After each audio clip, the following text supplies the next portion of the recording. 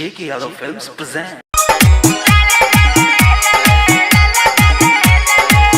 JK Yadav Films. DJ Vikas, Matiyala Sitamarhi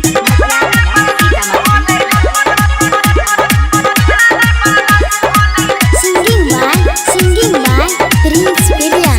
जब भी हम माल से मिलिए हमारा मन भीतर से बोले ले ले ले ले ले ले ले ले ले ले ले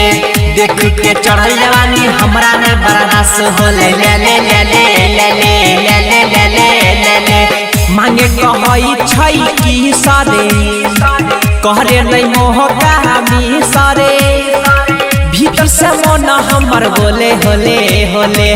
जब भी हम माल से मिलियो हमर मन भीतर से बोले ले ले ले ले ले ले ले ले ले ले ले जब भी हम माल से मिलिए हमर मन भीतर से बोले ले ले ले ले ले ले ले ले ले ले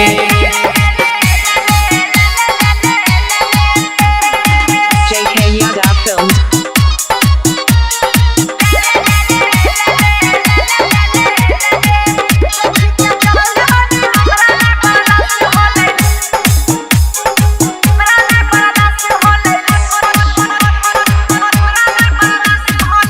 देख के ओकर जवानी मुँह में आवे छै पानी मन करे ओकर काठौती में आटा सानी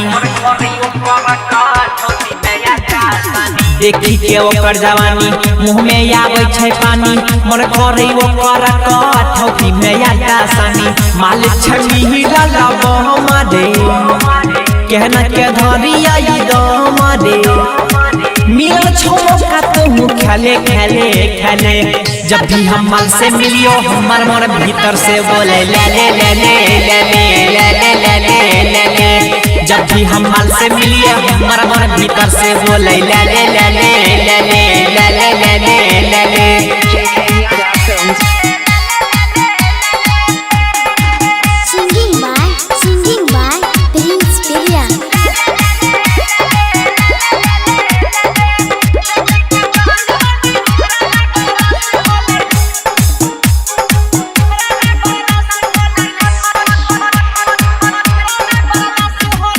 भरल छै रसा पूरा छोड़बै नहीं कमी अधूरा कुटबै रे ओकर मिलवे नहीं का हमर के चूरा भरल छै रसा पूरा छोड़बै नहीं कमी अधूरा कुटबै रे ओकर मिलवे नहीं का हमर के चूरा चले चले हे रे प्रिंस सच कहई छौ धीरा जाबे राइटर अंकित बाबू बोले बोले जब भी हम माल से मिलियो हमर मन भीतर से बोले ले ले ले ले ले ले ले ले ले ले जब भी हम माल से मिलिए हमर मन भीतर से बोले ले ले ले ले ले ले ले ले ले JK Yadav Films.